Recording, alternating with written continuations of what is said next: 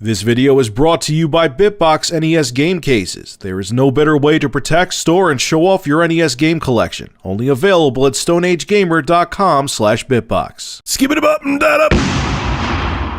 I really hate stories like these, but I feel that they have to be talked about because people need to realize that this shit goes on and they need to protect their kids and they need to realize what people are capable of. So here we go. A guy from Seattle named Andrew Harding, he's 34, is facing charges of sexually exploiting a 12-year-old boy and is also suspected of soliciting nude photos from other young boys using two of the world's biggest games. Harding, who previously had been convicted of possessing a child pornography collection, befriended the boys across both Minecraft and League of Legends.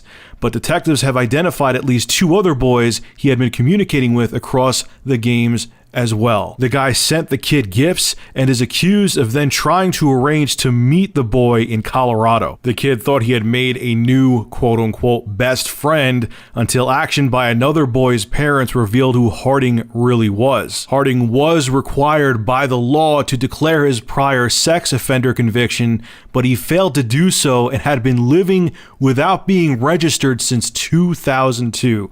So here's a pedophile walking around for 12 years and no one knew how dangerous this guy was. Senior Deputy Prosecutor Cecilia Gregson said this: "Since that time, the defendant has groomed children across state lines via the internet, enticing them with expensive gifts, electronics, money, and cigarettes in exchange for photographs of their genitals." Of note, Harding was residing in an apartment complex brimming with children, one he would not likely have been able to reside at if he had complied with his obligation to register as a sex offender. First off, this is scary as hell. I know, at least on the Minecraft side, that there's a crap ton of kids that play that game. I have an 11-year-old brother, and he plays that game daily with his friends online. He has a gaming laptop, and he's on that game all the time. And to know that there are weirdos out there and people that mentally disturbed that they would try to do this in a game like Minecraft, which I already knew, but to actually see something like this happen, like to see that it really is a reality, scares the crap out of you, you know. This ties into why I make videos on this topic. Now, granted, the other videos, the people who I was talking about were on the offensive side, like the 21-year-old transgender woman who put an advertisement up on Facebook to try to find a horse to have sexual relations with. But you have to realize, especially the parents out there, that just because you're home and on the internet doesn't mean you're safe. And this is a prime example of that. I'm sure a lot of parents, you know, I'm sure this kid's parents, you know, they're like, oh, he's just playing on the computer.